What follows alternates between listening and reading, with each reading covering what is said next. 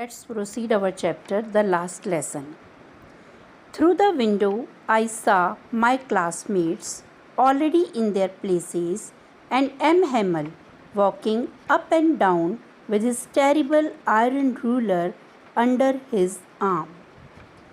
French ने अपने classroom के बाहर पहुंचकर विंडो से अंदर झांका तो उसे अपने क्लासमेट्स नज़र आए जो कि पहले से ही अपनी अपनी सीट पर बैठे हुए थे और उनका जो टीचर है एम हैमल वो क्लास में इधर उधर घूम रहे थे. अप एंड डाउन मीन्स यहाँ वहाँ, hair and there.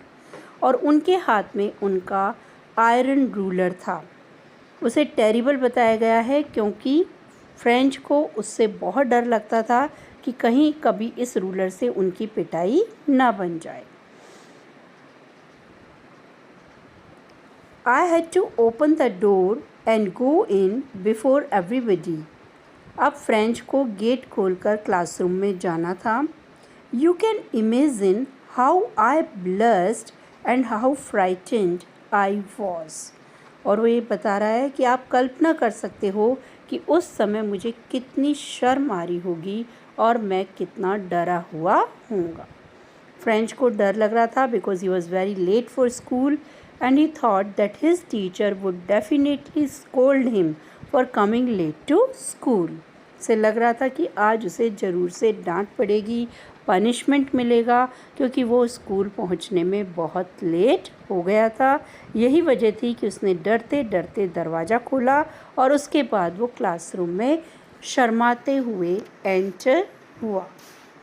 But nothing happened. M. Hamel saw me and said very kindly, "Go to your place quickly, little French. We were beginning without you." लेकिन एक और अनयूजुअल थिंग जो उस दिन हुई वो ये कि उसके टीचर ने उसे कुछ भी नहीं कहा बल्कि बहुत काइंडली, बहुत पोलाइटली उसे ये कहा कि छोटे फ्रेंच तुम जाकर जल्दी से अपनी जगह पर बैठ जाओ, हम तो तुम्हारे बिना ही लेसन शुरू करने वाले थे. तो वो जो दिन था वो फ्रेंच के लिए बड़ा सरप्राइजिंग डे था क्योंकि सबसे पहले तो उसे स्कूल में कोई हसल एंड बसल सुनाई नहीं दी, कोई शोर सुनाई नहीं दिया. सेकंड थिंग कि टीचर ने उसे डांटा नहीं बल्कि बड़े प्यार से उसे उसकी जगह पर बैठने के लिए कहा. I jumped over the bench and sat down at my desk.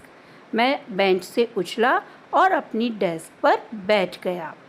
Not till then, when I had got a little over my fright, did I see that our teacher had on his beautiful green coat, his frilled shirt, and the little black silk cap, all embroidered, that he never wore except on inspection and prize days. और मैं जब bench पर बैठ गया, थोड़ा सा normal हुआ, अपने भय पर मैंने थोड़ा सा काबू पा लिया, तब मैंने देखा कि टीचर ने तो आज ब्यूटीफुल ग्रीन कोट पहना हुआ है, अपनी फ्रिल्ड शर्ट जिस पे कि फ्रिल का डिज़ाइन है और छोटी ब्लैक सिल्क कैप पहनी हुई है और ये सभी चीज़ें अच्छे से एम्ब्रॉयडर्ड थी, सब पर कढ़ाई की हुई थी.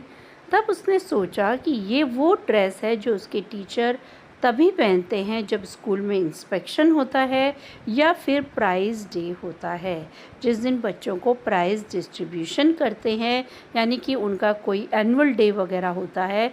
इसके अलावा उनके टीचर कभी भी इस स्पेशल ड्रेस को पहनकर नहीं आते थे. तो अब फ्रेंच सोच में पड़ गया. He started thinking that what was special on that day, कि आज क्या है, why his teacher was wearing such a special dress on that particular day. Besides the whole school seemed so strange and solemn. और इसके अलावा पूरा school बड़ा ही विचित्र नज़र आ रहा था, बहुत ही गंभीर, सोलम मीन्स गंभीर माहौल था, एकदम सीरियस एटमॉस्फेयर था. But the thing that surprised me most was to see on the back benches that were always empty the village people sitting quietly like ourselves. लेकिन सबसे ज़्यादा आश्चर्यजनक जो चीज़ थी वो ये थी कि क्लासरूम की बैक बेंचेस पर, जो कि हमेशा खाली पड़ी रहती थी, वहाँ पर गांव के लोग चुपचाप बैठे हुए थे। तो ये चीज़ उसे और भी आश्चर्यचकित कर रही थी कि आज ऐसा क्या है जो विलेजर्स उनकी क्लास में आकर बैठे हुए हैं। Besides the whole school, old Hauser with his three-cornered hat, the former mayor, the former postmaster and several others besides. अब ये लोग कौन थे? वहाँ पर ओल्ड हाउज़र था जिसने कि 3 कोने वाली हैट पहनी हुई थी। यहाँ पर हाउज़र नाम है, फॉर्मर मेयर थे गांव के, फॉर्मर पोस्टमास्टर थे और इसके अलावा भी कुछ लोग थे। यहाँ पर फॉर्मर शब्द ये इंडिकेट कर रहा है कि ये सभी जो लोग थे ये 60 प्लस थे, काफ़ी एजेड लोग जो गांव के थे, विलेजर्स, वो आज क्लासरूम में बैक बेंचेस पर बैठे हुए थे। तो these all the things were very much surprising